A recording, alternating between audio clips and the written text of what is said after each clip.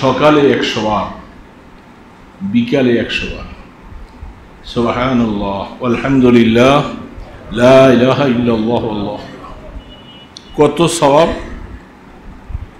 আল্লাহ, আপনি সুবহানাল্লাহ একবার বললে আসমান জমিনের খালি জায়গাটা নেক দিয়ে পড়বে।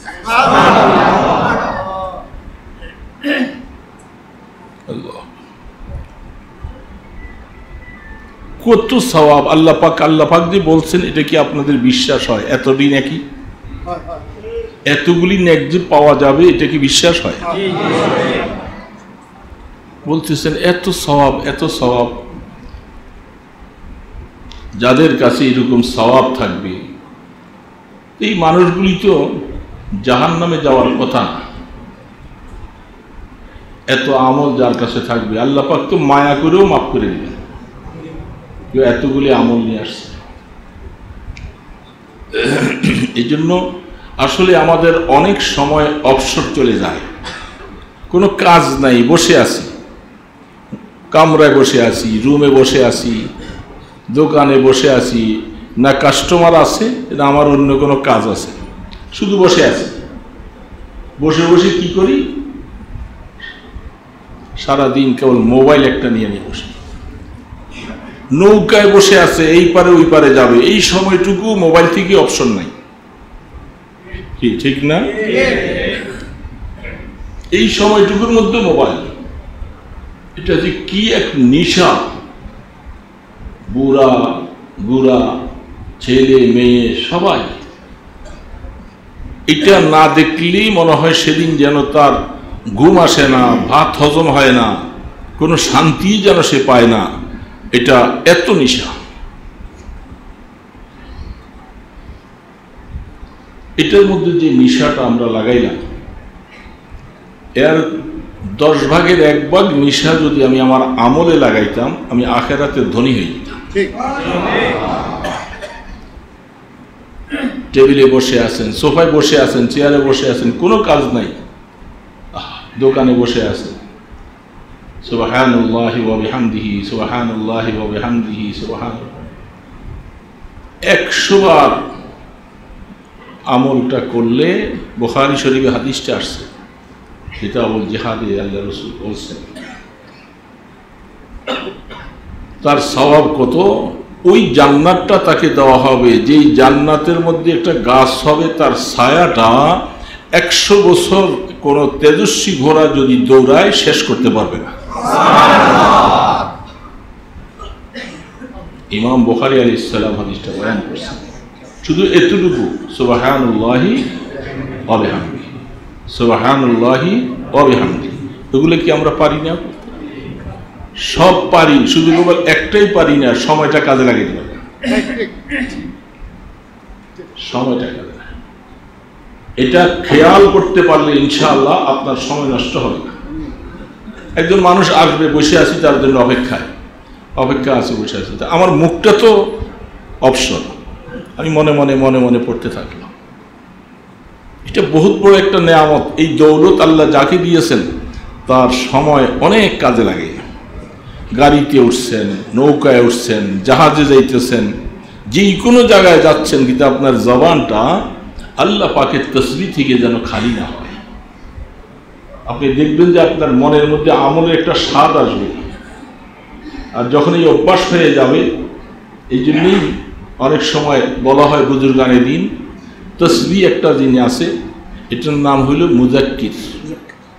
এটা মানুষকে আল্লাহর কথা স্মরণ করাই দেয়।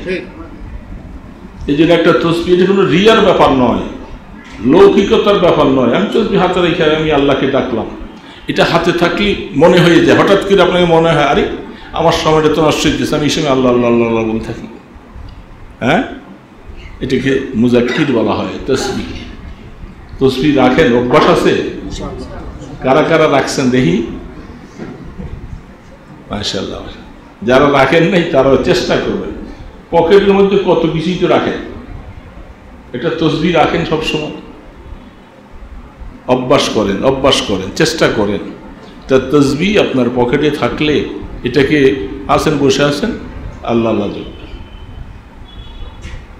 আল্লাহ আল্লাহ যদি আপনার 1000 বার আল্লাহকে ডাকেন, কত সওয়াব।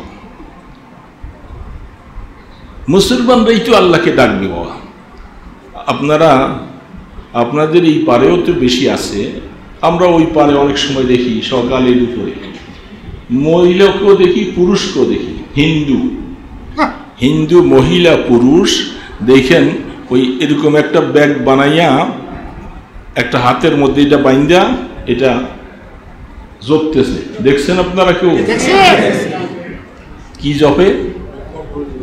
হরে রাম হরে কৃষ্ণ, হরে রাম হরে কৃষ্ণ, হরে রাম হরে কৃষ্ণ, রমো রমো রমো, এইভাবে জপতেছে না?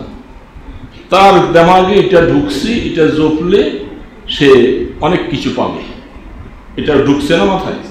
তো তাদের মতো অনেক হিন্দু আছে, সে ভুল পথে হইলেও কিন্তু সে তো ওই কাজটাকে ধরছে, ভুল পথের জিনিসটাও সে এটাকে কব্জ করছে, তাদের দৃষ্টি অনুযায়ী তাদের ধর্ম অনুযায়ী সে কাজ করতেছে। কি পাবে না পাবে সেটা ভিন্ন কথা, কিন্তু সেই কাজটাকে আমরা আল্লাহ পাকের গোলাম হইয়া আমরা আমার মাওলাকে এইভাবে জপতে পারি না কেন? আমি কেন এত ভুলে গেলাম? যেখানে আল্লাহ সুবহানাহু ওয়া তাআলা বারবার বলছে কোরআনে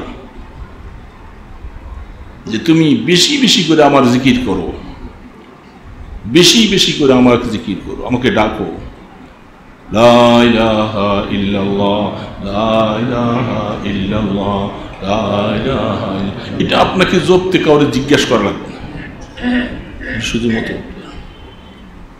অবসর কেন সময়টা নষ্ট করবে? ওই বেটিরা ওরা পারে একটা বাতিল ধর্মের উপরে থাইকা তারা এরকম যাকে ডাকে তারা ডাকতেছে, আমরা কেন পারি না? আমার কাছে একটা তসবিহ হাতে নিয়ে আমি মনে মনে করতে পারি না, নৌকা দিয়ে এই পারে সেই পারে যাইতেছি, 5 মিনিট সময়, 5 মিনিট ইচ্ছা করলে আপনি কমপক্ষে 100 বার আল্লাহকে ডাকতে পারেন, কমপক্ষে বলেন। মানুষ কথা বলতেছে, মানুষের সারা দুনিয়ার মানুষকে তো আমি কন্ট্রোল করতে পারবো না। আমরা যারাদের একটু ফাঁক হয়ে বসছি, মেহরবানি করে একটু চাইপা বসলে, অনেকে বারান্দায় বসে গেছে তো, কিন্তু ভিতরে একটু জায়গা আছে, একটু চাইপা বসলে আল্লাহর আরেকজন বান্দাকে একটু জায়গা করে দেই, মেহরবানি করে এই কোনার দিকে একটু চাপি, সময় তো অল্প হয়ে যাবে, টাইম একটু চাইপা বসলে অনেকেই ওনারা ঢুকতে পারবে ভিতরে। এই কোনার মধ্যে আপনারা চাপেন, এই আপনারা দক্ষিণ দিকে যারা আছেন আপনারা এই দিকে কোনায় চাপেন, এই দক্ষিণ দিকে ওলারা একটু চাপেন। শোনে না কেন? যারা এইদিকে জায়গা পায় না ওনারা সরতেছে না, আপনারা চেপে আসেন। কেউ ওয়ালের সাথে হেলান দিয়ে বসতে আরাম পাইছে তো উনি সরবে না, আপনারা এসে ওই জায়গায় বসেন, স্বাভাবিক আরাম পাইছে। এইটাও একটা কথা, আমি যে আরামটা লইয়া বসছি, আমি আরামটা আরেক ভাইয়ের জন্য স্যাক্রিফাইস করতে পারলাম না, এটা একটা ছোট কথা। এ নিয়ে আপনাদেরকে আমি সমালোচনা নয়, এটুকু আরামও আমি স্যাক্রিফাইস করতে পারি। আমরা সারা দেশে মাহফিল করিতেও দেখি এই মানুষগুলি ওই কিছু ওইখানে বসে আছে, কিছু ওইখানে, যেখানে এই মাঝখানে অনেক খালি। যখন আমরা যে বলি যে ভাই একটু আগেই বসেন, ফাঁকটা বন্ধ করে বসেন, বাবা নড়তে চায়, কি আজীব তামসা, যেমন মনে ওই জায়গাটা খরিদা সম্পত্তি বসছে, এবার তারা সরতে চায় না। গরমের দিনে সরে না, শীতের দিনে তো মোটেই সরে না, কারণ শীতের দিনে যে জায়গাটা একটু বসছে ওই জায়গাটা একটু আরাম হয়েছে, তো গরম হয়েছে, এই জন্য নড়ার অভ্যাস নেই, নড়তে চায় না। অনেক সময় তাদেরকে বিভিন্ন কথা বলার পরে তারপরে আস্তে আস্তে করে কিছু আসে, আর কিছু আল্লাহর বান্দা একবারে মাটির সাথে লাগিয়ে গেছে। আপনি যে হুজুর বলতে বলতে আপনি শেষ হয়ে যান, আমি বসছি নড়ব না, এটা কিছু মানুষের স্বভাব। সাহাবায়ে কেরাম তো মসজিদে নববীতে বসছেন, জায়গা নাই। মসজিদে নববীর মধ্যে কি আল্লাহ রাসূল এরকম বলতে হয়েছে যে তোমরা চাইপা বসো? প্রথম বসবার সময়টিও একেবারে গায়ে কে রসুলের কত কাছে যাইতে পারে? আল্লাহ রসুল মিম্বরে বসে কথা বলতেছেন, রসুলের কাছে কে কত যাইতে পারে? আগেই কাল চাপছে, যেহেতু আগেওয়ালারা যারা সুযোগ নিয়েছে তার উপরে ডিঙ্গে তো আর দেওয়ার সুযোগ নেই। তারপরে জায়গা নাই।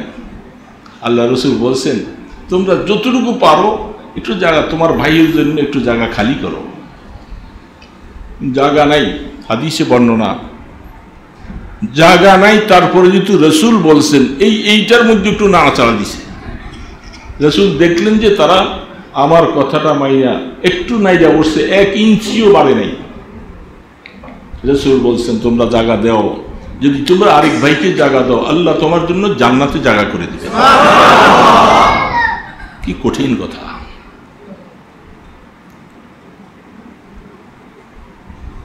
তো যাই হোক, এই জন্য বলতেছিলাম যে ভাই আমাদের সময় কিন্তু অনেক নষ্ট হয়, অনেক অনেক সময় নষ্ট হয়। আমরা নিয়ত করি আজকের থেকে হায়াতে যতদিন বেঁচে থাকি, সুস্থ থাকি, হাটে যাই, বাজারে যাই, মাদ্রাসায় যাই, মসজিদে যাই, নৌকায় চড়ি, গাড়িতে চড়ি, জাহাজে চড়ি, এটা আমি মনে রাখবো যে এটা আমার, কেউ আমাকে ওই সময় স্মরণ করাবে না। আমি আজকের থেকে শোনার পর এটা সবক নিয়ে নিলাম, ওই সময় মতো আমি আমার কাজ করতে থাকবো। পারবো না ইনশাআল্লাহ? আমি আল্লাহ আল্লাহ ডাকবো, সুবহানাল্লাহ ডাকবো।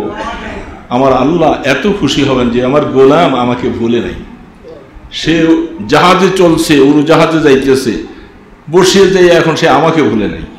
নৌকায় যাইতেছে সে আমাকে ভুলে নাই। রিক্সায় যাইতেছে সে আমাকে ভুলে নাই। বাসে চড়ছে সে আমাকে ভুলে নাই। আল্লাহ পাক বলে আমিও তোকে ভুলবো না। তুই যখন আমাকে ভুলস নাই আমি ভুলবো না। এটা বিশাল একটা দামি হায়াত হবে, একটা সেকেন্ড।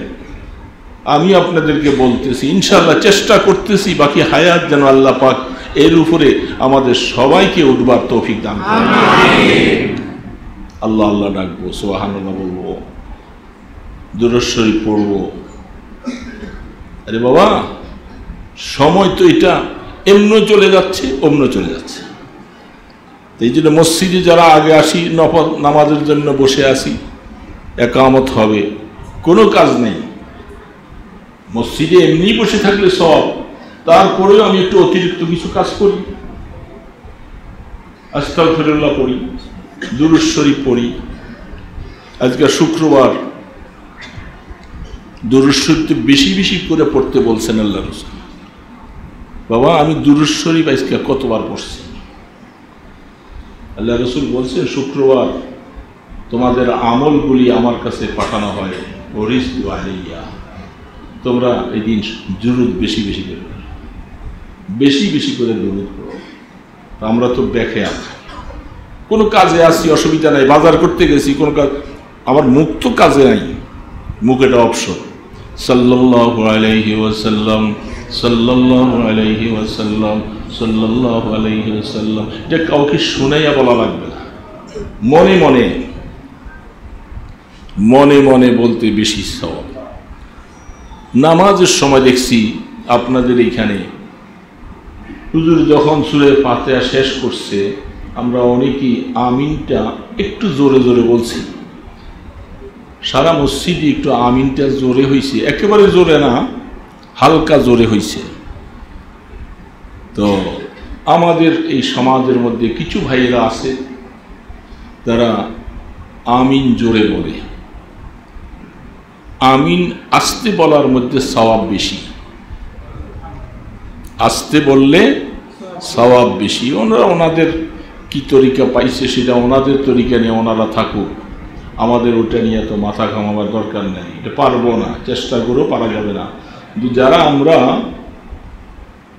মাযহাব অনুসরণ করি, আপনারা যারা আপনাদের ইমাম সাহেব হুজুরকে অনুসরণ করেন, ভালোবাসেন, ওনার পিছে নামাজ পড়েন, আপনি খেয়াল করতে হবে যে আমিন আস্তে বললে সওয়াব। সূরা ফাতিহা শেষ হয়েছে, ছোট্ট করে আমি আমিন বলবো, শুধু আমার কানটাই যেন শোনা যায়, আর একজনকে যেন না শোনাই। পারবেন ইনশাআল্লাহ? আমি দেখছি অনেকেই কিন্তু হয়তো, যেহেতু যদি কমপক্ষে 10 জনেও এরকম ছোট্ট আওয়াজে বলেন, আওয়াজটা একটু বড় হয়। তো আপনারা বলছেন দেখেই তো আমার কানে আসছে, আমি শুনছি। আমরা জোরে করে বলবো না, সূরা ফাতিহা শেষ, মনে মনে আমিন বলবো। না জোরে জোরে বলবো? খেয়াল রাখি। আল্লাহু আকবার। আমি ছোট্ট একখানা আয়াত পড়েছি, বেশি পড়ব।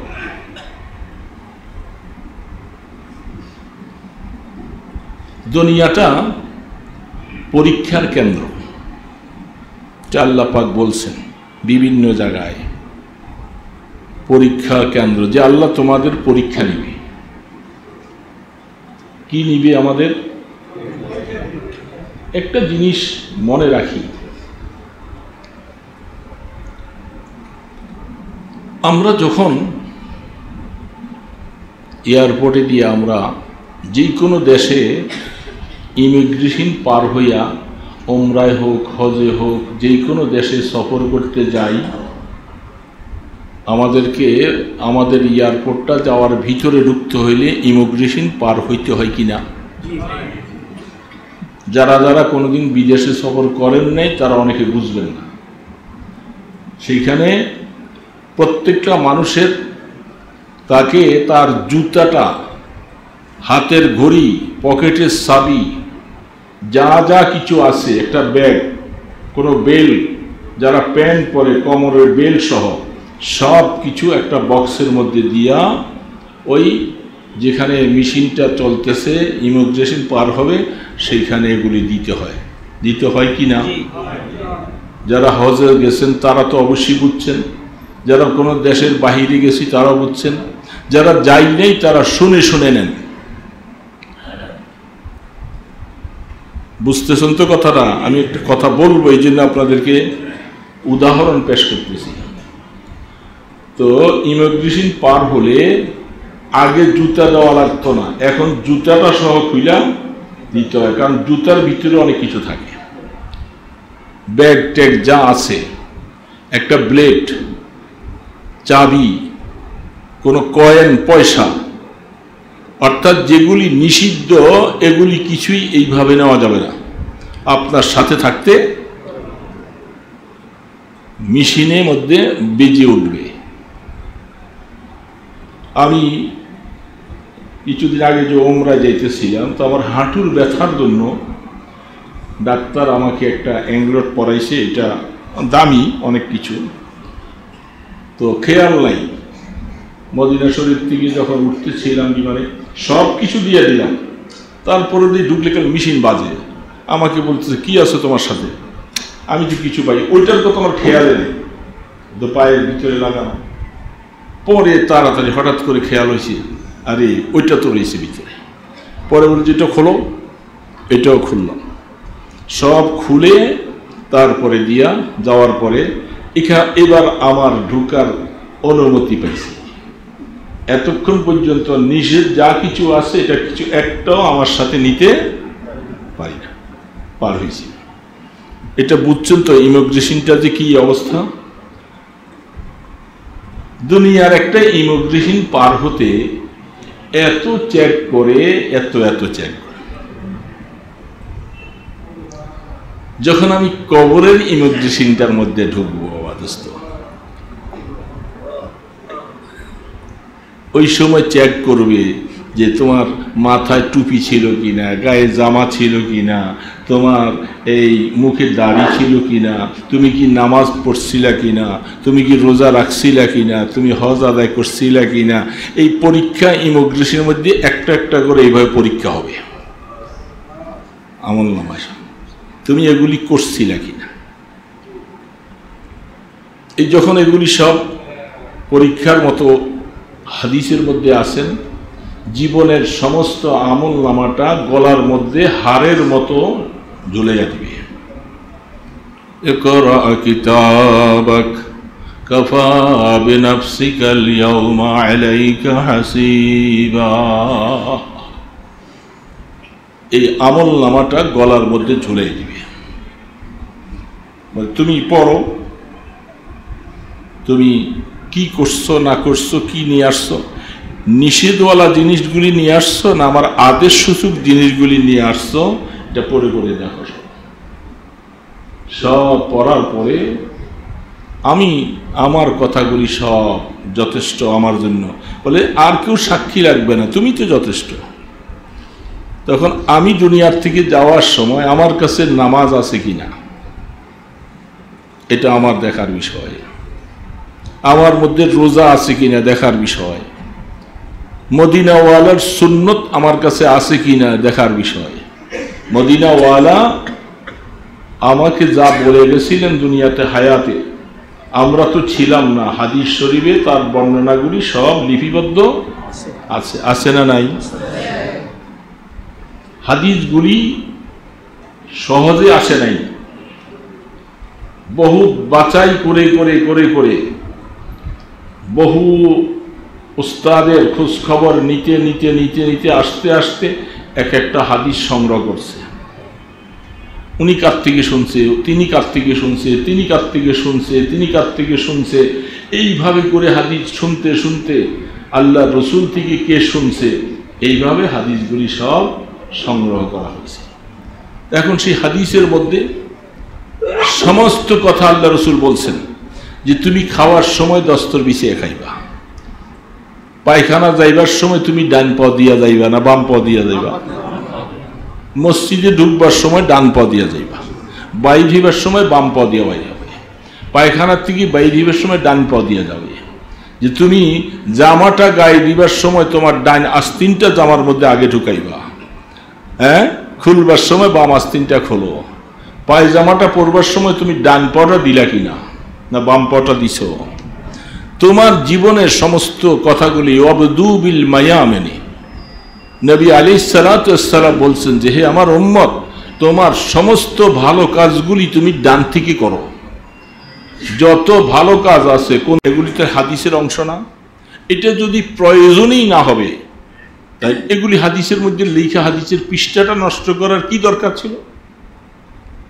এই অপ্রয়োজনীয় জিনিস কেন লিখে লিখে পৃষ্ঠাগুলি ভরাইছে? আল্লাহু আকবার। কিভাবে কিভাবে আমি চলবো, আমার সকাল থেকে সন্ধ্যা, সন্ধ্যা থেকে সকাল পর্যন্ত আমার খানাটার সময় আমি কিভাবে খাইলাম, খানা নষ্ট করলাম কিনা, আমি ডান হাতে খাইলাম না বাম হাতে খাইলাম, ওযুর সময় মেসওয়াক করলাম কিনা, মেসওয়াকের একটা সাবজেক্ট আছে, চ্যাপ্টার আছে না নাই? মেসওয়াকের একটা চ্যাপ্টার আছে, বাবু সেওয়াক এই একটা চ্যাপ্টার আছে, সেইখানের মধ্যে মেসওয়াক সম্পর্কে আল্লাহ রসুলের হাদিস কি কি এগুলি সংগ্রহ করছে। আল্লাহর হাবিবের জীবনে মেসওয়াকের গুরুত্ব বুঝাইতে যাইয়া যেদিন আল্লাহর হাবিব দুনিয়ার থেকে সবাইকে শোকের সাগরে ভাসিয়ে রসুল চলে যাবেন, সেই আগ মুহূর্তে জোহরের নামাজের সময়, জোহরের নামাজ প্রায় বেলা হেলার পরে সোমবার দিন আল্লাহর হাবিব আমাদেরকে এতিম বানাইয়া তিনি চলে যাবেন ঠিক 11টা সাড়ে 11টার সময়।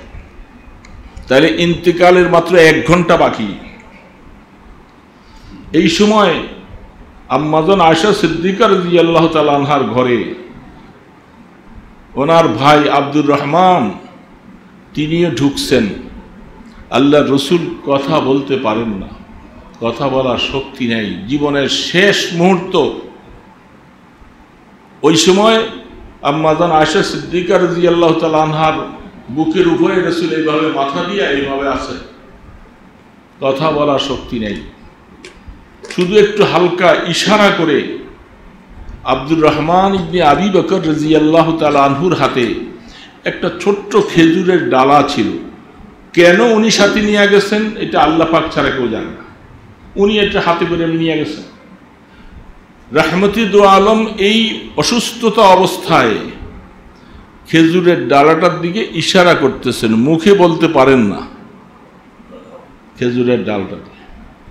হযরত আব্দুর রহমান ইবনে আবি বকর রাদিয়াল্লাহু তাআলা আনহু তিনি বুঝেন নাই, আম্মাজান আয়েশা সিদ্দিকা রাদিয়াল্লাহু তাআলা আনহা বিচক্ষণতা ছিলেন, আল্লাহ তাকে বুদ্ধিমত্তা বানিয়েছিলেন। এত বুদ্ধিমত্তা অন্য অন্য আজওয়াজ মুতাহহারাত কারো মধ্যে ছিল না। তিনি বুঝতে পারছেন যে আল্লাহ রসুল কি চাইতেছে। আব্দুর রহমানকে বললেন, ভাই তোমার হাতের এই যে খেজুরের ডালাটা এটাকে চিবাইয়া নরম করো, আর নতুবা তুমি আমার কাছে দাও। আম্মাজান আয়েশা সিদ্দিকা রাদিয়াল্লাহু তাআলা খেজুরের ডালাটা চিবাইয়া নরম করে আল্লাহ রসুলের মোবারক দাঁত মেসওয়াক করেন। 1 ঘন্টা পরেই রসুল দুনিয়ার থেকে চলে যাবেন আমাদেরকে, ওই সময় মেসওয়াকের প্রতি রসুল খেয়াল করেছেন। এই জন্য হাদিসে বর্ণনা পাওয়া যায়, আম্মাজান আয়েশা সিদ্দিকা রাদিয়াল্লাহু তাআলা বলেন যে আল্লাহ পাকের কি এক শুকর আমি আদায় করছি, জীবনের শেষ মুহূর্তে আল্লাহ পাক রসুলের কিছু লালা এবং আমার লালা একসাথে করে মিশে দিয়েছেন। এটা আমার জীবনের জন্য অনেক কিছু পাওনা। ইন্তেকালের 1 ঘন্টা আগে আল্লাহ রসুল মেসওয়াক এইভাবে নিজে করলেন। তাদের বলেন আমাদের জন্য মেসওয়াকটা কত গুরুত্ব রাখেন মেসওয়াক। আফসোস হলো আমাদের কাছে এখন মেসওয়াক নেই। কি আছে বলেন? কি আছে? শুধু ব্রাশ আছে। কি আছে? প্রত্যেকের ঘরের মধ্যে 1-2টা করে ব্রাশ আছে। কোথায় বেড়াইতে যাই সেখানেও আছে, শ্বশুর বাড়িতে আছে, নিজের বাড়িতেও আছে। কারণ শ্বশুর বাড়িতে যাওয়ার পরে 2টা সাথে নিয়ে যায় না, ওইখানে একটা রাখে, ব্রাশ আছে। শুধু ব্রাশ দিয়ে বড় বড় হুজুররা আছেন এখানে, ভুল বললে হুজুররা বলে দিলেন, যারা শুধু ব্রাশ করেন মেসওয়াকের হক আদায় হবে না। এটা দাঁত পরিষ্কার হলো। এই জন্য সারাদিনে আপনি ঘুমাইবার আগে বা অন্য যে কোনো একটা সময় আপনি একবার ব্রাশ করে আপনার দাঁত যদি পরিষ্কার করতে মনে চায়, এটা আপনাকে নিষেধ করা হবে না। বাকি ওযুর সময় আপনি মেসওয়াক ব্যবহার করবেন। মেসওয়াক শুধু ওযুর সুন্নত নয়, অনেক কথা আছে হাদিসে। ঘুমাবার আগে, টয়লেট থেকে আসার পরে এইভাবেও মেসওয়াক আল্লাহ রাসূল করতেন। হারাম শরীরের ভিতরে এখনো দেখা যায় অনেকে তারা এই মেসওয়াক করতে থাকে। তাহলে যারা আমরা ব্রাশ করতেছি, এটা আমার দাঁত পরিষ্কারের ব্যাপার করতেছি, কিন্তু মেসওয়াকের হক আদায় আমরা ওযুর সময় হাদিসে এতটুকু পর্যন্ত বলছে, যদি কখনো তুমি এমন কোনো জায়গায় গেছো সেখানে তোমার মেসওয়াক নাই, কমপক্ষে হাতের আঙ্গুল দিয়ে হলেও তুমি 2-3 বার একটু ডলা দিবা, তবুও তোমাকে কিছু মেসওয়াক করার সওয়াব দেওয়া হবে। তো উম্মত আমরা এখন মেসওয়াক ছেড়ে দিছি, সবাই চলে গেছি এখন ব্রাশের দিকে। ছাড়লাম কি ধরলাম কি? যেটা ধরছি এটা কি মদিনাওয়ালার আমল? এটা এখন দেশের আপনার দাঁতের জন্য একটু ব্রাশ করবেন, ভিতরের ময়লা বাইর করবেন, এটা মানুষের বানানো, কিন্তু মদিনার নবী যেটা বানাই দিয়ে গেছে সেটা মেসওয়াক। হাদিসের মধ্যে এতটুকু কথা আসছে, মেসওয়াকের যত ফজিলত আছে, সবচেয়ে বড় ফজিলত হলো মৃত্যুর সময় কালেমা নসিব হবে। এটা আল্লাহ রাসূল দেখাই দিয়ে গেলেন ইন্তেকালের আগ মুহূর্তে মেসওয়াক করে। তাহলে আমরা মেসওয়াক ছেড়ে দিছি। দোস্ত, আমি লম্বা লম্বা কথা বলতে যাচ্ছি না, যেগুলি আমাদের একান্ত কতগুলি জিনিস আমরা ভুলের মধ্যে আছি, আমি এই কথাগুলি স্মরণ করাই দিচ্ছি। আমি যেগুলি মাঝে মধ্যে অনেক সময় বলে থাকি, আমার এটা তবিয়ত হয়ে গেছে। আমি এখন মাজুর মানুষ, নামাজ পড়াইতে পারি না, জুমাটা কোনো রকম, বাকি নামাজগুলি পিছনে একটা টুলের মধ্যে পয়সা পড়ি, একদিন এখানে দাঁড়াই, হয়তো আরেকদিন ওইখানে, আরেকদিন ওইখানে। তো আমার সামনে ডানে বামে অনেক মুসল্লি আমি দেখি, বড় আফসোস লাগে, অনেক আফসোস লাগে আমাদের মুসল্লি ভাইদের। তাদের রুকু সেজদার মধ্যে যাওয়ার পরে পাটা নিয়ে কি খেলতামশা করে, সুন্দর সুযোগ পায়। সেজদার মরে গেছি যখন, একটা সুযোগ পাইলাম না, 3 বার তাসবিহ পড়ার সময়টা নিরিবিলি অবসর আছে, এই অবসর টাইমটা পাটা নিয়ে খেলতে থাকে নিচ্ছি। সেজদার মধ্যে আপনি চলে গেছেন, আপনার পাটাকে কখনো এই পাটা উঠান, কখনো এই পাটা ফালান, কোনোটা 2 পাটারে এইভাবে ব্যাখ্যা করে রাখেন। বুঝলেন নেই কথাটা এখনো?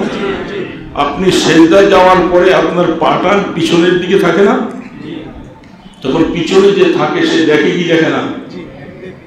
পাটাকে কিভাবে রাখা শরীয়তের মাসালা। দুইটা পা এইভাবে আঙ্গুলগুলাকে মাথা একটু বাঁকা করে পা দুইটা এইভাবে খাড়া করে রাখো। আমার মনে হয় 80% মুসল্লি আঙ্গুল পা খাড়া করে নামাজ পড়ে না।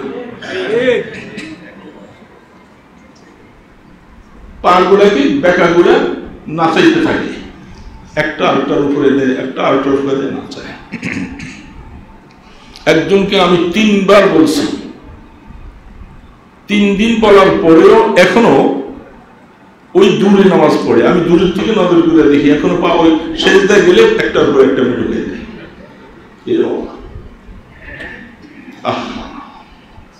উম্মত যদি না শুনে তাদেরকে কি বলবো? হাতগুলি আত্তাহিয়াত পড়ার সময় হাতগুলি আপনার কিবলার দিকে থাকবে। তো এখন হাঁটুর নিচে সামনে যে যখন আপনি আঙ্গুলগুলি এইভাবে লামাইয়া দিলেন, আঙ্গুলগুলি কি কিবলার দিকে গেল না মাটির দিকে গেল? বুঝতেছেন কথা? হাঁটু পর্যন্ত আমি হাঁটুর নিচেও যাব না, আমার হাঁটু যেন কি আছে ভাষা নেই, হালকা এক চোট।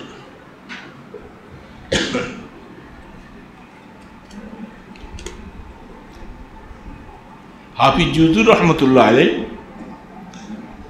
তিনি একবার বলছিলেন, আত্তাহিয়াতুর সময় যখন তোমরা বসবা, তুমি আঙ্গুলটা রাখবা যে আঙ্গুলের মাথাও যেন কেউ কাটতে যদি চায়, আঙ্গুলের মাথাও যেন কাটা না যায়, আর তোমার হাঁটু যেন কাটা না যায়। তার মানে আঙ্গুলটা রাখবো কোথায়? একেবারে হাঁটু বরাবর। তাহলে কেউ কাটতে চাইলে আমার আঙ্গুলের মাথাও কাটা গেল না, হাঁটুও কাটা গেল না। এখন আমি যদি হাঁটুটার থেকে আঙ্গুলগুলোকে নিচের দিকে নামাইয়া দিই, তাহলে আমার আঙ্গুল কাটা যাবে। আর যদি একবার পিছনের দিকে সরাইয়া রাখি, তাহলে আমার হাঁটু কাটা যাবে। বুঝে আসছে কথা? আমি এমন ভাবে রাখবো কিবলার দিকে আমার আঙ্গুলগুলি থাকবে পুরা, আমার হাঁটুও কাটা গেল না, আঙ্গুলও কাটা গেল না। সুন্নত মতো হলো, যেহেতু ইন্নী ওয়াজ্জাহতু ওয়াজহিয়া লিল্লাযী ফাতারাস সামাওয়াতি ওয়াল আরদ, আমার আপাদ মস্তক সবকিছু চেহারা কিবলা কোন দিকে ফিরাইছি? বলেন কোন দিকে? কিবলা। তো মুখে আমি বললাম, কিন্তু বাস্তবতার সাথে আমি কিবলার থেকে ঘুরে গেলাম। দোস্ত, নামাজের মধ্যে আল্লাহ পাক কোরআনে বলছেন, আকুমু লিল্লাহি কানিতিন। কানিতিনের তাফসীর খুলে দেখেন, হযরত উলামায়ে কেরাম বুঝেন। ইত্মিনানের সাথে, যেন তোমার শরীরের নড়াচড়া নাই, অঙ্গ প্রত্যঙ্গের মধ্যে কোনো হেলাধুলা নাই, একেবারে আপাদ মস্তক আল্লাহ পাকের সামনে খুব মুতমাইন হয়ে তুমি দাঁড়াবে, নামাজ পড়বে। আকুমু লিল্লাহি কানিতিন। আল্লাহ সুবহানাহু ওয়া তাআলা বলেছেন, যখন তুমি নামাজে দাঁড়াইবা, নামাজের মধ্যে দাঁড়াইবার পরে দাড়ির পানি ফালাইতে থাকে, দাড়িগুলাকে হাতাইতে থাকে, হ্যাঁ, টুপিটা ভাঁজ করতে থাকে, এখান দিয়ে চুলকায়, কি করে অবস্থা দোস্ত, আফসোস লাগে। এগুলি দেখি দূরের থেকে, এখন পিছের থেকে থেকে দেখি, বলারও সুযোগ নেই।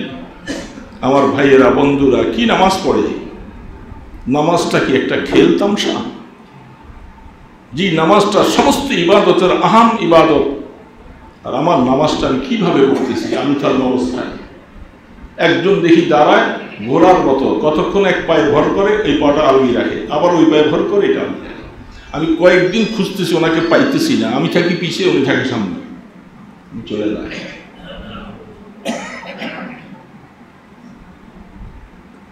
আবার বহু মানুষ নামাজে দাঁড়াইয়া ফেলতে থাকে। এই জন্য দোস্ত বলতেছি, অর্থাৎ কুমু লিল্লাহি কানিতিন, নামাজ পড়তে যখন দাঁড়াবো এই কথাটা মনে রাখবো, আমি কার সামনে দাঁড়াইছি, আমি কার সামনে দাঁড়াইছি? আমার আল্লাহ আমার দিকে দেখে আছে, আমি দাঁড়াইছি তার। আর এই নামাজটা আমার সবচেয়ে বড় ইবাদত।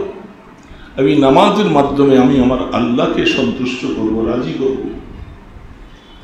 সময় নষ্ট করলাম, হায়াত চলে গেল, মসজিদে আসলাম, দোকান থেকে আসছি, কিন্তু নামাজটা কি পড়লাম? দোস্ত কি পড়লাম?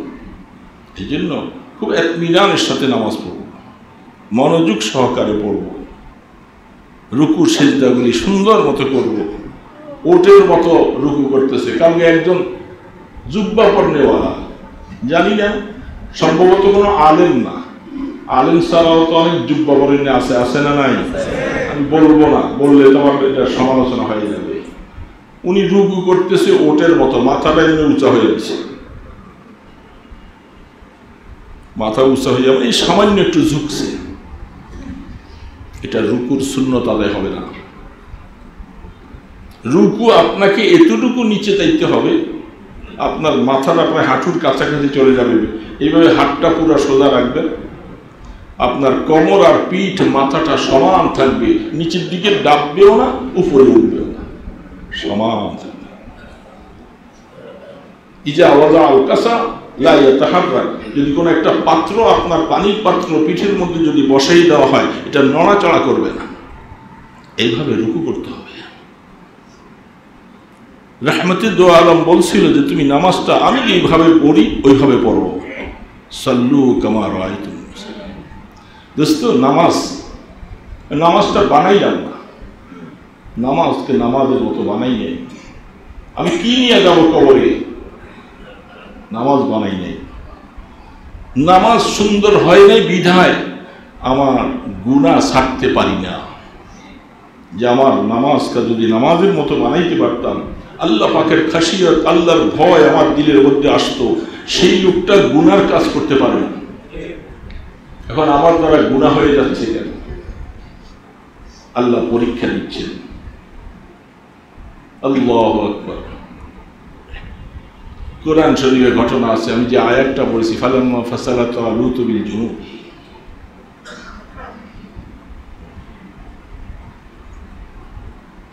হযরত শামউন আলাইহিস সালাতু ওয়াস সালাম, ওনার জমানার ঘটনা। দাউদ আলাইহিস সালাতু ওয়াস সালাম তখনও নবী হন নাই, অল্প বয়সী। ওই সময় বনি ইসরাঈলদেরকে এক কওমের সাথে জিহাদ করতে পাঠাবে। তারা আল্লাহ পাকের কাছে চাইছিলেন যে আল্লাহ আমাদেরকে এমন একজন নেতা দেন, যেই নেতার অধীনস্থ হয়ে আমরা জিহাদ করতে পারি। আল্লাহ রাব্বুল আলামিন হযরত তালুত আলাইহিস সালাতু ওয়াস সালামকে তাদের নেতা হিসাবে পাঠাইছে। উনি যেভাবে বলে এইভাবে চলবো। এখন বলতেছে উনি তো গরিব মানুষ, এমনকি পয়সাওয়ালা না, তত বুদ্ধিওয়ালা না, এই লোকটারে আমাদের নেতা বানাইছে। নবী বলতেছিল, তখনকার সময় যিনি হযরত শামউন আলাইহিস সালাতু ওয়াস সালাম ছিলেন, তিনি বলছেন এটা আল্লাহ পাকের ফয়সালা, তোমাদের কোনো বলার দরকার নাই, তোমরা চাইছো আল্লাহ দিছে। উনি গরিব হোক যাই হোক, ওনার অধীনস্থ থেকে কাজ করো। যাইতেছে, পথিমধ্যে যাওয়ার পরে একটা বড় নদী, মরুভূমির দেশ, মরুভূমির দেশে রৌদ্র দিয়া চললে কত কষ্ট। আল্লাহ পাক আয়াত বলছেন, ইন্নাল্লাহা মুবতালিকুম বিন্নাহার।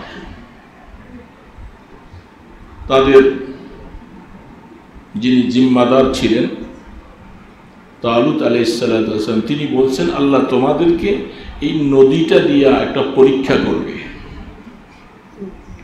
তোমরা খুব পিপাসিত, এই অবস্থায় যখন নদীর কাছে যাইবা, পুরো নদীর পানিটা খেয়ে ফেলতে মনে যাবে। যেমনটা রোজার দিনে, বড়দিনের রোজাটা সারাদিন রোজা রাখার পরে ইফতারের আগে মনে হয় যেন শরবতের যে কয়েকটা আনছে পুরো একটা আমি খাই, এরকম মনে হয় না? অথচ 2 গ্লাস 3 গ্লাস খাওয়ার পরে আস্তেই তৃপ্তি হয়ে যায়, কিন্তু মনে হয় যেন আমি মনে সবই আমি খাবো, এত পিপাসা। তো তিনি বলতেছেন তোমাদের এই পিপাসার কারণে নদীটা পাইলে তোমরা মনে চাবে যে পানি একবারে যা মনে চায় সব খায়। তখন তিনি বললেন আল্লাহ পাক এই নহরটা দিয়ে তোমাদেরকে একটা পরীক্ষা ফেলবে, যারা এখান থেকে পেট ভরে পানি খাইবা এরা কেউ আমার সাথে যেতে পারবে না, শর্ত করে দিয়েছে।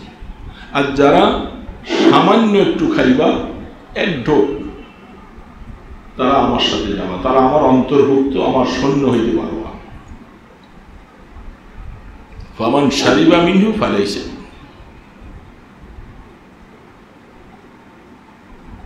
এখন পরীক্ষা ফেলছে, তো পরীক্ষা নিয়ে সামনে আসছে। এর মধ্যে এক দল পানি পাইয়া এমন খাওয়া খাইছে, খাইয়া এবার দীর্ঘ সময় পিপাসার পরে দেখেন রমজান মাসে ইফতার করার পরে শরীরটা ছেড়ে দেয়, তাই না? আউয়াবিন পড়তো তখন মনে চায় না, কোন রকম ফরজটা আদায় করে বাসায় চলে আসে, শরীর ছেড়ে দেয়। বেশি ক্ষুধা লাগার পরে খানা দানা খাইলেও শরীর একবারে বন্ধ হয়ে যায়। ওরা পানি খাইয়া বাস তাবুতে যেয়ে বলছে আমরা পারবো না জালুতের সাথে যুদ্ধ করতে, আপনি যান, আমাদের সম্ভব না। আর সামান্য মুষ্টিময় কিছু যারা ওনার কথাটা মানছেন, শুধু এই পিপাসাটা নিবারণের মতো গলাটা শুধু ভিজাইবা, এরকম সংখ্যক যারা ছিল তারা ওনার কথা মাইয়া ঠিক ওই অবস্থায় তারা বলতেছে আলহামদুলিল্লাহ, আমাদের ওই ভাইয়েরা তো ঘোষণা দিয়েই দিল আমাদের দ্বারা সম্ভব না, আপনি যান। হযরত তালুত আলাইহিস সালাম এই অল্প সংখ্যক মানুষ যারা ছিল তাদেরকে নিয়ে জালুতের মোকাবেলায় যাইতেছে নদী পার হইয়া, ওরা এই পারে রয়ে গেল। তাফসীরের মধ্যে লেখে কি হলো, এরা তো পানি খাইছে জম্মের মতো, খাওয়ার পরে ওদের পিপাসা আরো বেড়ে গেছে, মনে হচ্ছে এখন আরো খাই, আর একটু পরে পরে না খাইলে তার জান বেরিয়ে যায়, পিপাসা এমন বাড়া বাড়ছে। আর যারা হযরতে তালুতের সাথে পানি সামান্য মুখে দিয়া চলে গেছে, এদের আর পিপাসা লাগে না।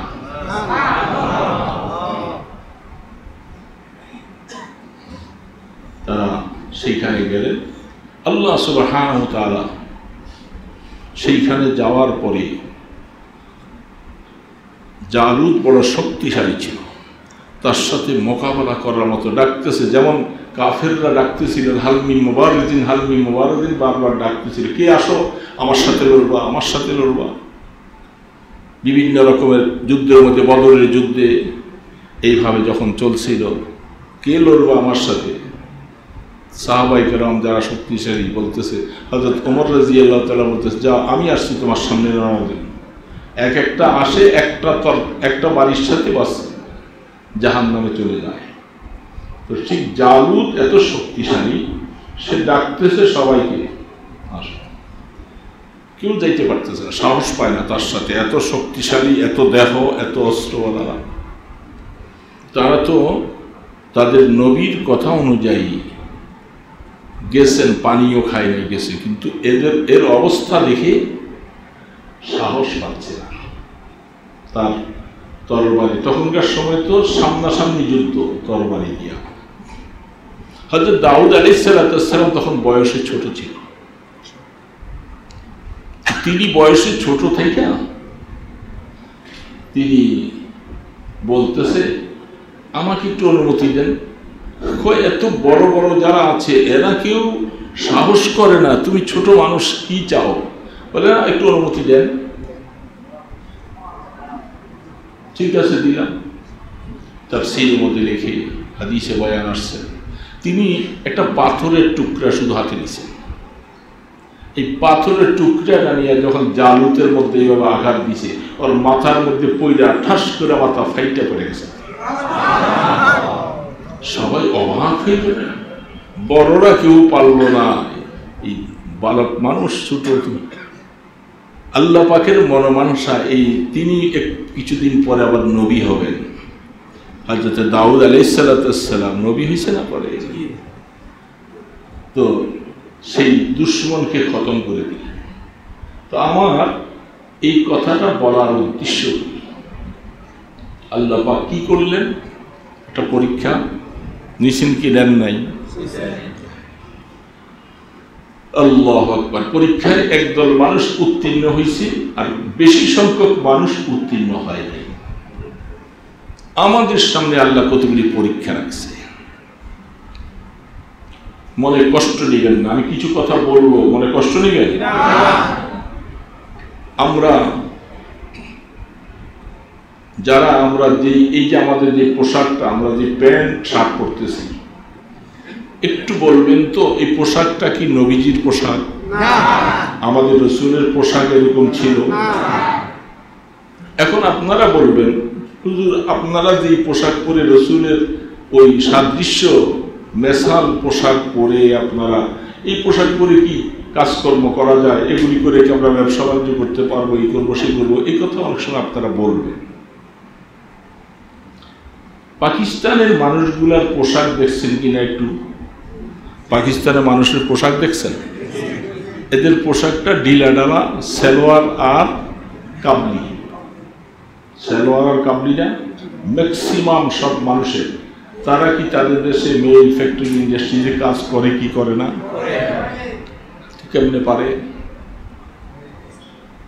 তাদের কাবলি সেটটা যাই হোক, সেজদায় গেলে এর সতরটা ঢাকে, সেজদায় গেলে তার সতর ঢাকে, সেজদায় গেলে পিছন থেকে। আমাদের দেশে যেরকম আমরা প্যান্টটা পরে সেজদায় যখন যাই, আমি প্রথমেই মাপসাইয়া নিছি, আমাকে বদদোয়া দিবেন না, কেউ গালিও দিবেন না। আমরা প্যান্ট শার্ট পরে যারা সেজদায় যাই, আমার হিসাব মতো আমার সতরটা পিছনে দেখা যায়। আমার যে গুপ্ত অংশটা আছে, অন্ডকোষ যেটা আছে, এটা স্বাভাবিকভাবে অনেকটাই ফুলে থাকে, এবং আমার শরীরের অঙ্গটা, আমার রান কতটুক মোটা, আমার শরীরের নিতম্ব কতটুক মোটা, এগুলি সব ভাসে ওঠে, আসে কি আসে না? এই পোশাকটা আল্লাহ রসুলের জমানায় এই পোশাক ছিল না। যেই পোশাকে আমার আবরু ইজ্জতটা ঢাকবে, আমার গুপ্ত অংশগুলিও ঢাইকা থাকে, এই জন্য গায়ের জামাটা যদি ওরকম, আমার সেজদায় যাওয়ার পরে যদি ওরকম গায়ের জামাটা থাকতো, তাহলে আমার পিছনওয়ালা সেজদা দেওয়ালা আমার এই গুপ্ত অংশটা অনুমান করতে পারতো না। এখন আমাদের দেশে সবার কাছে এটা হয়ে যাওয়ার কারণে এটা অনেকের কাছে লজ্জাবোধ মনে হয় না। হাকিকতে যেই দেশের মধ্যে এই পোশাকগুলি প্রচলিত নাই, সেইখানে এই পোশাক পরে দুই চারজন মানুষ গেলে তাদেরকে দেখলে তারা হাসবে, যেটা কি পোশাক পরে আসছো তুমি, তোমার গুপ্ত অংশ সহ ভেসে উঠছে, তুমি কি পোশাক পরলা। প্রস্রাব করতে গেলে পুরা প্যান্টটা খুলে প্রস্রাব করতে বসা হয়, কিছু করার নাই, উপায় নেই, বোতামের সাইড দিয়ে বসা যায় না, বসলে প্রস্রাব ক্লিয়ার হয় না। এমন সময় যারা ক্লিয়ার করতে চায়, প্যান্টটা বোতামটা খুলে তারপরে লাইনে বসতে হয়, এটিগুলো তার সতর খুলে যায়। কত সমস্যা।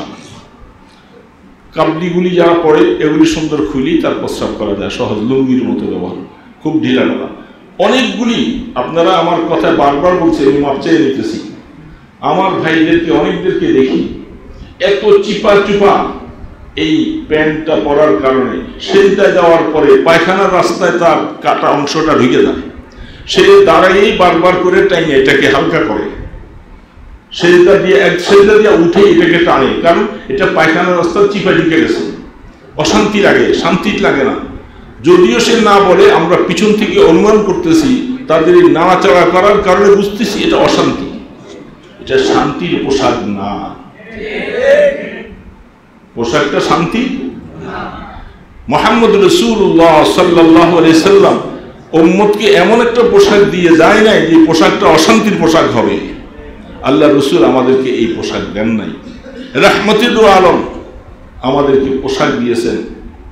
আমরা পোশাক কোনটা আমাদের গরমকালের জন্য, কোনটা ঠান্ডা কালের জন্য, আরেকটা জিনতের জন্য, সৌন্দর্যের জন্য। এখন আমাদের দেশে, সারা দেশে যে পোশাকগুলি চলছে এগুলি এখন ইহুদি নাসারাদের পোশাক। তারা এই পোশাক পূজা আমাদেরকে শিখিয়ে গেছে। এখন তারা শিখে যাওয়ার কারণে সেটাই এখন আমাদের কাছে সবচেয়ে প্রিয় পোশাক হয়ে গেছে। আর যেটা মদিনাওয়ালার পোশাক ছিল এটা আমাদের কাছে ঘৃণার পোশাক হয়ে গেছে। দুস্থ বলেন, বাস্তব না অবাস্তব বলেন, এটা এখন ঘৃণার পোশাক হয়ে গেছে। অফিস আদালতে আপনাকে এইভাবে পোশাক নিয়ে গেলে আপনার দিকে ক্রিটিসাইজ করে। যেমনটা বিকারুন নাসা গত কয়েকদিন আগে একটা শিক্ষিকা কতগুলি ছাত্রীদেরকে হিজাব পরার কারণে তাদেরকে ক্লাসরুম থেকে বের করে দিয়েছে, তাকে অস্থায়ীভাবে বহিষ্কার করছে। আমি বলবো অস্থায়ী নয়, তাকে পুরোপুরি ভাবে একেবারে বহিষ্কার করা দরকার। হিজাব পরার কারণে একটা শিক্ষিকা এই অপরাধে তাদেরকে ক্লাসরুম থেকে বের করে দেয়। এখন অফিস থেকেও তো অনেক বছর আগের কথা, সোনারগাঁয়ে অনুষ্ঠান হবে। আমাদের নারায়ণগঞ্জে ডিসি সাহেব কাকে জানি একদম পাঠাইছে আমার কাছে যে হুজুর যদি আমাদের সেখানে একটু যাইতো। পরে আমি জিজ্ঞাসা করলাম আমি কেন যাব। মিনিমাম আরো প্রায় 15-16 বছর আগের কথা। পরে বলতেছে মনে হয় সেখানে একটু যেহেতু এই সমস্ত অনুষ্ঠানে একটু কোরআন তেলাওয়াত করতে হয়। আমি তো এরকম কারি সাহেব না, আর আমি ওরকম কোরআন তেলাওয়াত জানিও না। তাহলে আমাদের মুয়াজ্জিন সাহেব আছে, ওনাকে নিয়ে যাইলে চলবে কিনা জিজ্ঞাসা করে। বলে যদি আরেকটা কথা হলো যাইবার চাইতে হইলে লুঙ্গি পরে কিন্তু সেই অনুষ্ঠানে যাওয়া যাবে না। তা আগের থেকে তো আমি আগেই বাদ করে গেছি।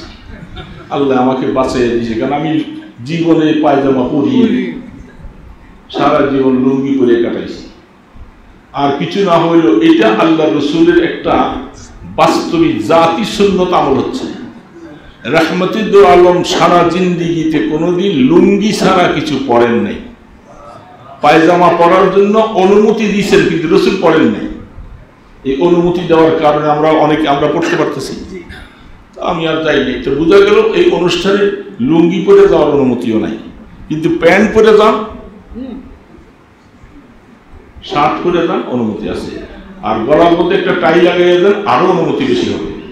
তাই এই হলো, আপনারা বলেন আল্লাহর ওয়াস্তে বলছি, আপনার কাছে আমি ইনসাফের সাথে বলছি, আপনি বলেন এই পোশাকগুলি কি নবীওয়ালা পোশাক? সাহাবায়ে কেরামদের পোশাক? নেককার বুজুর্গদের পোশাক? আমরা কোন পোশাকে আমাদের জীবনটা আমরা তৈরি করলাম? আমরা যে বন্ধুদের অনুসরণ করে চলছি, এই বন্ধু না আমার কবরে কোনো কাজে আসবে, না আমার হাসরে কাজে আসবে, কোনোখানে কাজে আসবে না। দোস্ত, যেহেতু আমরা ইমিগ্রেশনটা পার হইতে হবে, আমাকে আল্লাহ পরীক্ষায় ফেলছে, আমি এই পরীক্ষায় ফেল হয়ে গেলাম।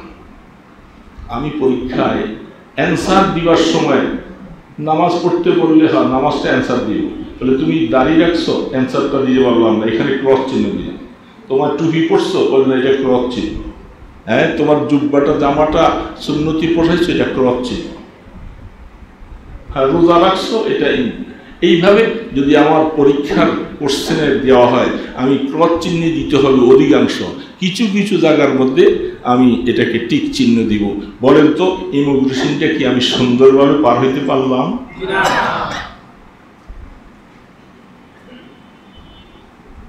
দোস্ত, যদি কবরের কথা স্মরণ থাকে, সেই লোক সোজা হয়ে যাবে। ওই জন্য বলে না যে মইরা সোজা হবে কেন, এখনই সোজা হয়ে যাও, সোজা হয়ে যাবে। সেই তার চাল চলন, কথাবার্তা, ব্যবসা বাণিজ্য সব কিছু সেই সোজা হয়ে যাবে। পিছনে তো ভুল করছি, এখন এগুলাকে কি করে শুধরানো যায় সেটা চিন্তা করবে। বাকি হায়াত যখন যাওয়ার সময় হবে ওই সময় আর সংশোধন হতে পারবো না। সংশোধনের জন্য এখনই সময়। এই সময়টা আমি যখন ইমিগ্রেশনে যাব, আমার একটা একটা করে বলবে, তুমি কি লয়ে আসতেছো, এই নিষেধাজ্ঞায় জিনিস লয়ে এসো। তোমার এই দাড়ি কামানওয়ালা চুল লইয়া তুমি ইমিগ্রেশন পার হইবে না, লম্বা লম্বা কতটি চুল লইয়া পার হইবা না, তোমাকে এটা নিয়ে যাইতে দিবে না। এই জন্য ইন্নাল্লাহ ইস্তাহি লিজি শাইবা, রাসূল করিম সাল্লাল্লাহু আলাইহি সাল্লাম বলেন যে আল্লাহ সুবহানাহু ওয়া তাআলা সাদা দাড়িওয়ালাদেরকে খুব মহব্বত করেন। সাদা দাড়িওয়ালাদেরকে আল্লাহ পাক খাতির করেন, ইজ্জত করেন। এবং হাদিসের ব্যাখ্যায় অনেক কিছুই লিখছেন।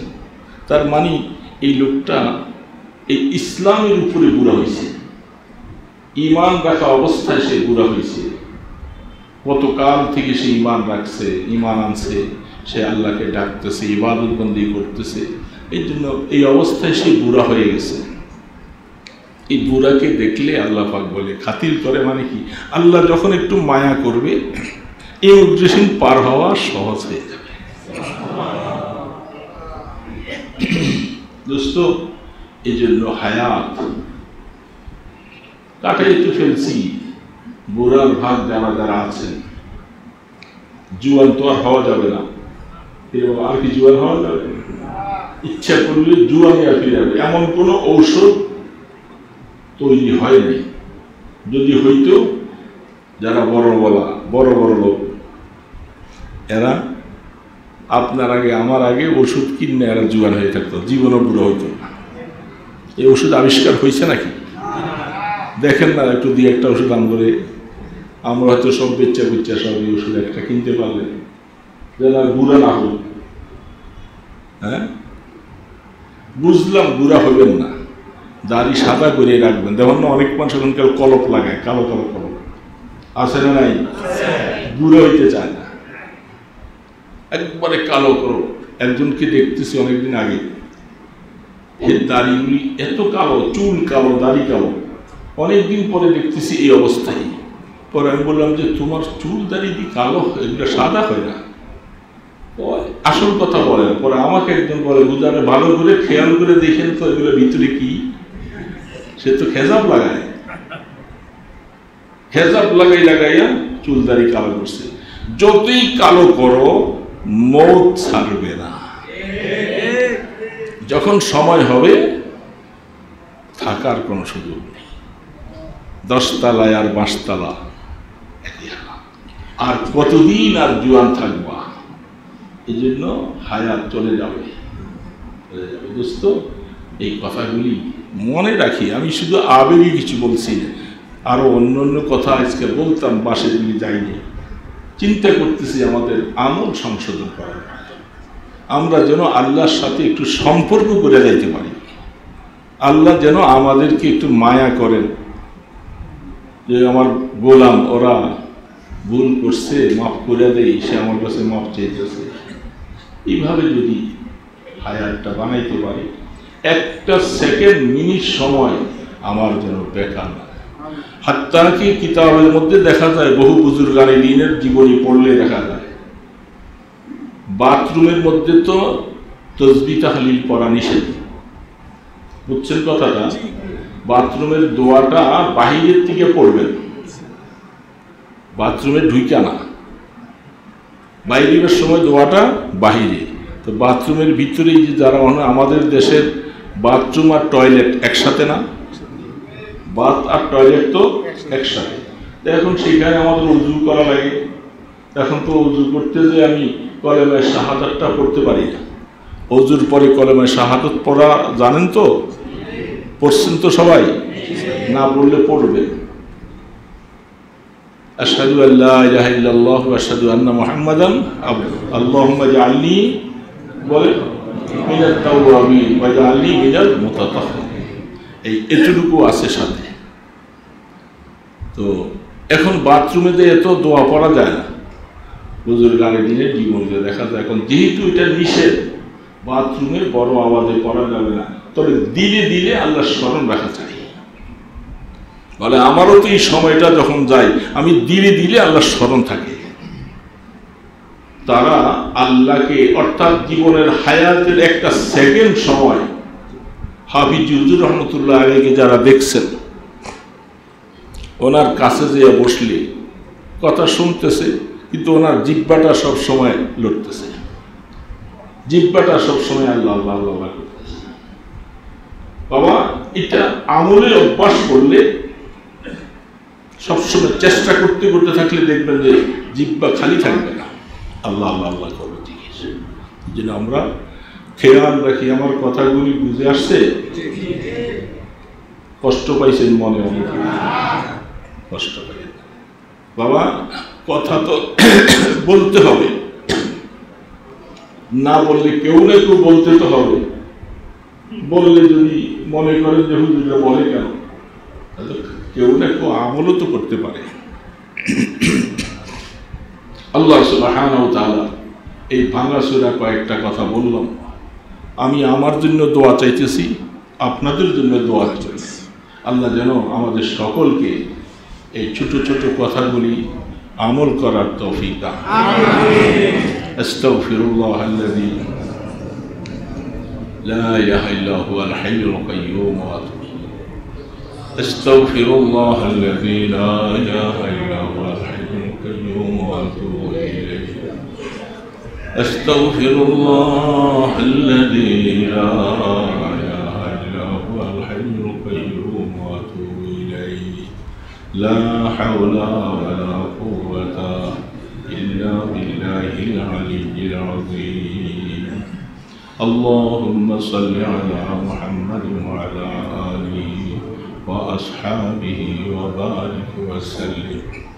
اللهم صل على محمد وعلى آله وأصحابه وبارك.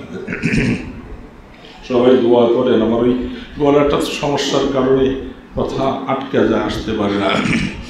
আলহামদুলিল্লাহি রাব্বিল আলামিন,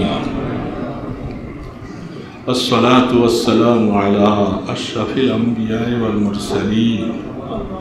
يا حي يا قيوم برحمتك نستغيث.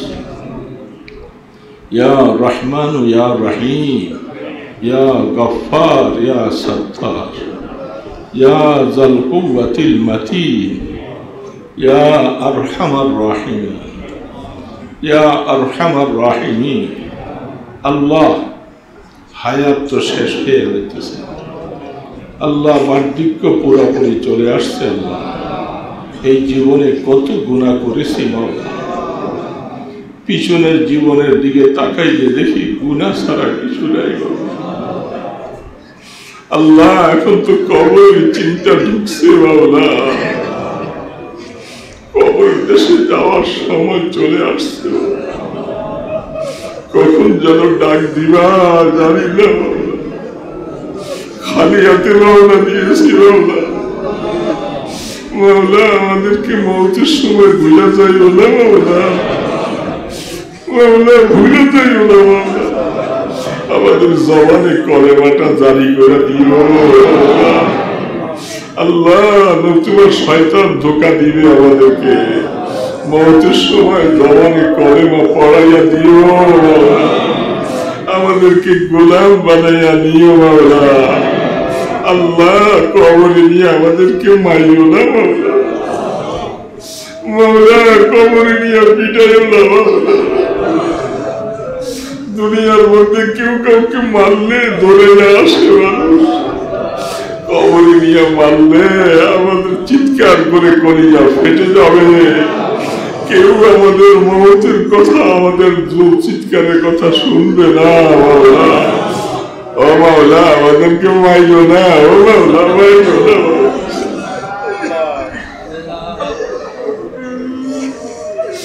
আমরা তোমার গোলাম মাওলা, তুমি মারলে আমরা কার কাছে যাবো মাওলা? তোমার রাসূল বলছে কবর হয়তো জাহান্নামের গর্ত হবে, নতুবা জান্নাতের টুকরা হবে। আমাদের কবরটা জাহান্নামের গর্ত বানাইও না, আমরা আগুন সহ্য করতে পারবো না। আমাদেরকে একটু মায়া করিও। মুনকার নাকির সওয়ালের জবাবগুলি আসান করে দিও। তিনটা প্রশ্ন সবাইকেই করবে আল্লাহ, আলেম ফাজল মূর্খ চিন্তা শিক্ষিত সবাইকে। এই জবাব দিতে না পারলে কবরের সাথে জাহান্নামের যোগাযোগ হবে। হে মাওলা, জবাবগুলি তুমি জবাব দিও। আল্লাহ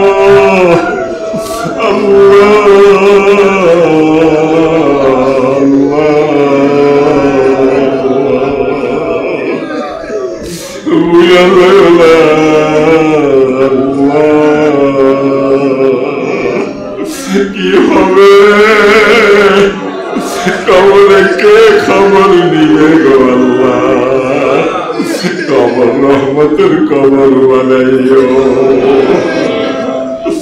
জাহান্নামের গর্ত বানাইও না আল্লাহ। কিয়ামতের ময়দানে আমলনামাটা ডান হাতে দিও, আমলনামা ডান হাতে দিও। হিসাবের কড়াকড়ি করো না, হিসাব দেওয়ার মতো যোগ্যতা নাই গো আল্লাহ। মাথার উপরে সূর্যের প্রখর তাপ হবে আল্লাহ। একদল মানুষকে তোমার আরশের ছায়ার নিচে রাখবা আল্লাহ। আল্লাহুম্মা আজিলনি তাহতা জিল্লি আরশি। আল্লাহ আপনার আরশের ছায়ার নিচে জায়গা দিও, একটু জায়গা দিও। পিপাসায় কলিজা ফেটে যাবে গো আল্লাহ।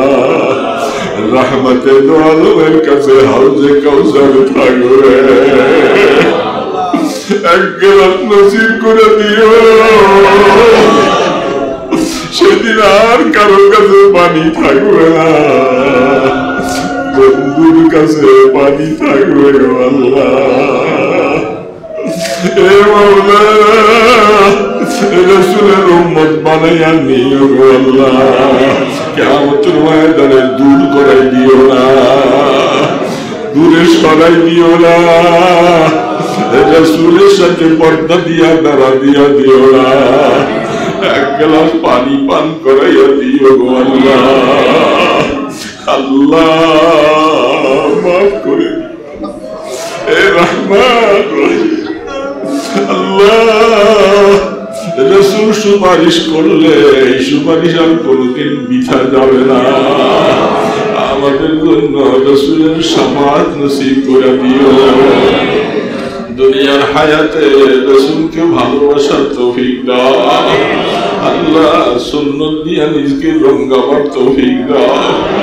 যে সমস্ত আমলগুলি জীবনে করতে পারি নাই, বাকি হায়াতে তোমার পয়গম্বরকে ভালোবাসা আমলগুলি করার তৌফিক দাও। মদিনার নবীর দরবারে আমাদের অন্তর্নিহিত ভালোবাসার সালামগুলি পৌঁছায়া দাও আল্লাহ। أنت الشفيع الذي ترجى شفاعته، أنت الشفيع الذي ترجى شفاعته على الصراط إذا ما زلت القدم،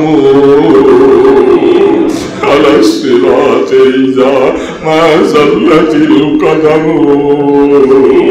وصاحبك لا أنساهما أبدا، مني السلام ما جرى القلم. আল্লাহ কোটি কোটি সালাম পৌঁছে দাও, রওজায়ে আতহারে আমাদের খবর পৌঁছে দাও। আমরা রাসূলের গুনাহগার উম্মতেরা মাফ চাইতেছি, খবর পৌঁছে দাও। এই উসিলা রাসূলের সুপারিশ নসিব করে দিও। এই আল্লাহ, যারা যাইতে পারে নাই তাদেরকে যাওয়ার তৌফিক দাও। রওজার পাশে গিয়ে প্রাণ ভরে সালাম দেওয়ার তৌফিক দিও। আমরা জীবনে পারবারের জন্য আশা করতেছি, কবুল করো। অসুস্থদেরকে শেফা দিয়া দাও আল্লাহ, অসুস্থদেরকে শেফা দিয়া দাও। মুসিবত ওয়ালাদের মুসিবত দূর করে দাও আল্লাহ, পেরেশানি ওয়ালাদের পেরেশানি দূর করে দাও। আমাদের আওলাদ পর্যন্ত গুলাকে নেককার বানাইয়া দাও, নেককার বানাইয়া দাও। আমাদের সন্তান গুলাকে আল্লাহ দিনদার বানাইয়া দিও। আল্লাহ, আপনার হাবিবের উসিলায় দোয়া কবুল করেন, আপনার হাবিবের উসিলায় দোয়া কবুল করেন, আপনার ইসমে আজমের উসিলায় দোয়া কবুল করেন। সাল্লাল্লাহু তাআলা আলা খায়রি খালকিহি মুহাম্মাদ ওয়া আলা আলিহি ওয়া আসহাবিহি আজমাইন বিরহমাতিকা ইয়া আরহামার রাহিমিন।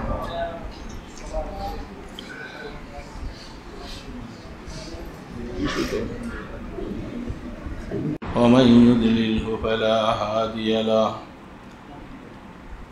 ونشهد أن لا إله إلا الله وحده لا شريك له ونشهد أن سيدنا ومولانا محمدا عبده ورسوله. أما بعد، فأعوذ بالله من الشيطان الرجيم. بسم الله الرحمن الرحيم. إن الله مبتليكم بنهر فمن شرب منه فليس مني ومن لم يطعمه فهو مني.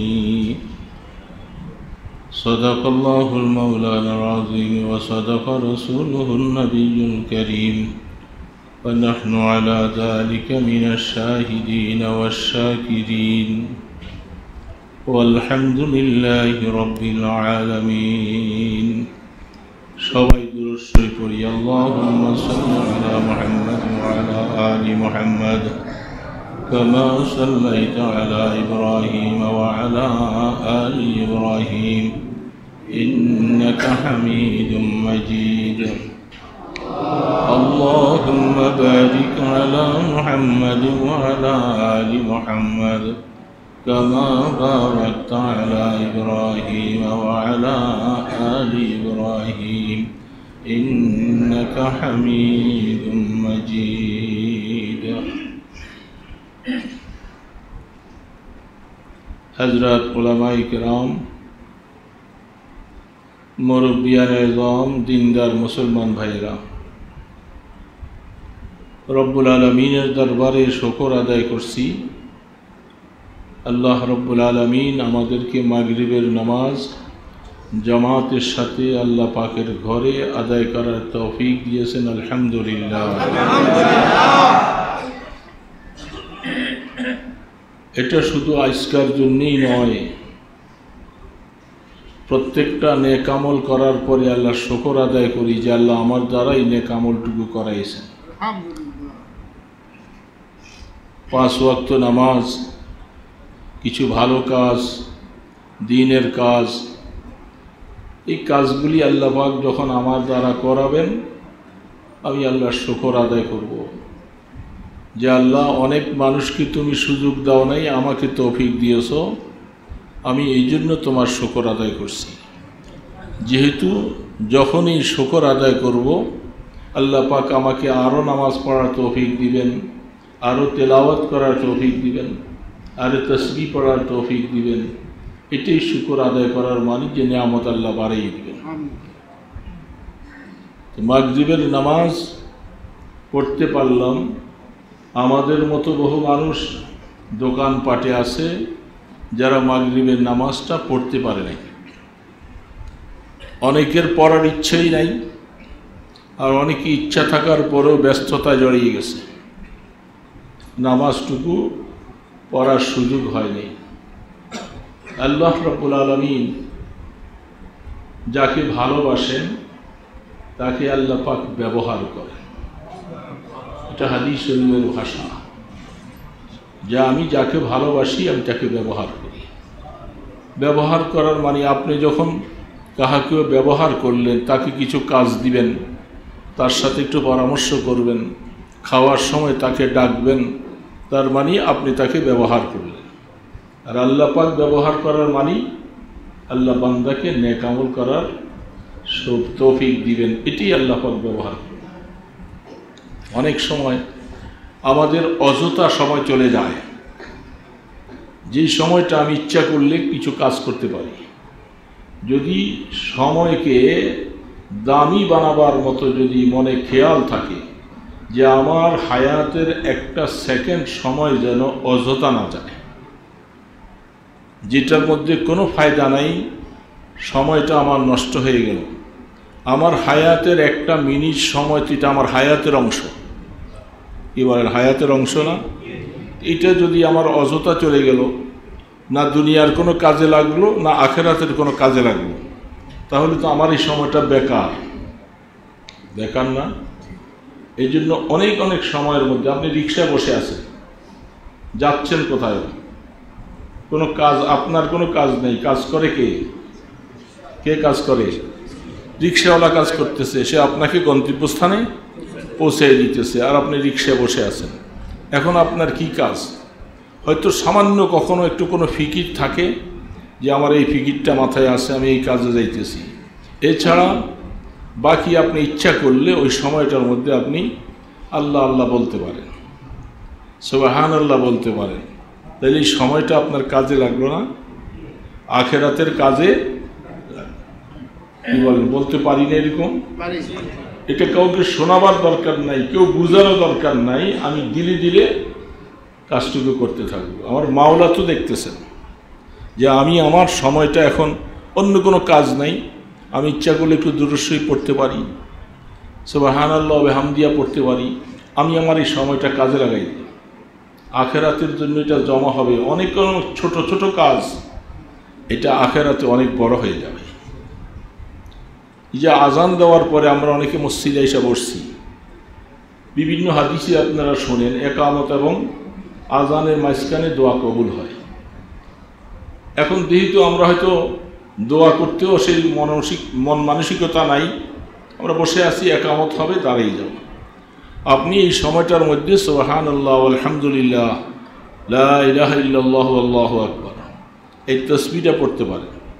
একামত হওয়ার আগ পর্যন্ত করতে পারি না? তাহলে আমার এই সময়টা যদি 2 মিনিট বা 3 মিনিট, যেহেতু মুসল্লি আসবে, আজান হয়েছে, একটু 2-3 মিনিট সুযোগ আছে মানুষ যেন আইসা শরীক হতে পারে, তো আমি তো চলে আসছি, আমি এসে বসলাম, জামাতের অপেক্ষায় আছি, আমি সময়টার মধ্যে সময়টা আমার কাজে লাগাই। কি ব্যাপার, কাজে লাগান যায় না? যার খেয়াল থাকে সেই কাজে লাগায়, যে এটাও তো আমার একটা সময়, আমি অবসর বসে থাকবো কেন?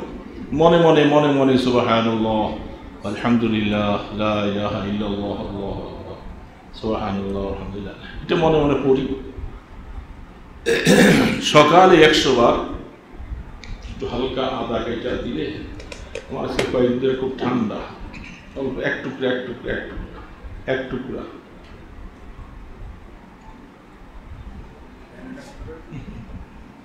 ঠান্ডা লেগে গেছে, অনেকটা দূর হচ্ছে।